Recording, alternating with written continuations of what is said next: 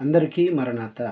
ప్రభునందు ప్రియ దేవుని బిడ్డలారా, ఈ సమయంలో దేవుని యొక్క వాక్యాన్ని మనము పఠించుకుందాం. పరిశుద్ధ గ్రంథములో నుండి కీర్తన గ్రంథము 55:22 వచనం చదువుకుందాం. నీ భారము యెహోవా మీద మోపుము, ఆయనే నిన్ను ఆదుకొనును. నీతిమంతులను ఆయన ఎన్నడూను కదలనీయుడు. దేవుడు తన పరిశుద్ధ వాక్యమును దీవించును గాక. ఆమేన్. ప్రార్థన చేసుకుందాం. పరిశుద్ధుడా, మా ప్రియ పరలోకపు తండ్రి, మా రక్షక, మీకు వందనాలు, స్తుతులు, స్తోత్రాలు చెల్లిస్తున్నాం ప్రభా. అయా, గత కాలమంతయు తోడుగా ఉన్న దైవమా, మీకు స్తోత్రములు తండ్రి, వందనాలు. ఈ సమయంలో ప్రభా నీ వాక్యమును ధ్యానించనుండగా దేవా, వినుచున్న వారందరికీ వినగలిగిన చెవిని, గ్రహింపగలిగిన హృదయమును, కూర్చునే కుదురుబాటును మీరు అనుగ్రహించండి. ఈ వాక్యము ద్వారా దేవా, ఎవరెవరికి ఏ ఆశీర్వాదము అవసరమో మీరు అనుగ్రహింప చేయమని వాక్యమైన యేసు నామమున అడుగుచున్నాము తండ్రి. ఆమేన్.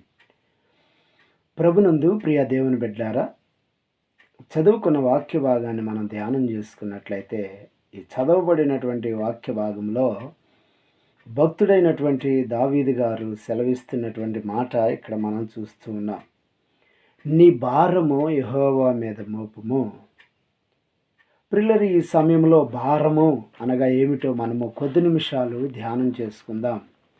భారము అనగా ప్రియులారా, మరి మోసేదానికంటే ఎక్కువైతే దానిని భారము అని మనం అంటాం.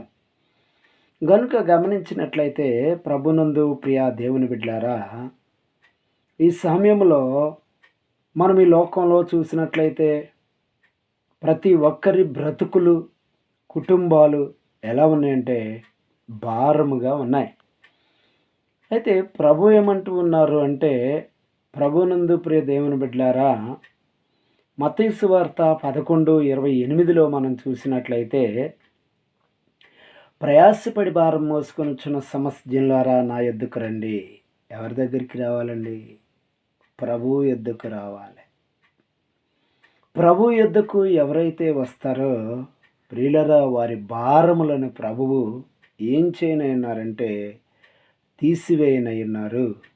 గనుక దేవుని సన్నిధిలో దేవుని వాక్యమును వింటున్నటువంటి వారులారా, మనకున్నటువంటి భారములు ఏమిటి అనేది ఒకసారి చూసినట్లయితే, మొట్టమొదటిగా కుటుంబ భారము, రెండవది ఆర్థిక భారము, మూడవది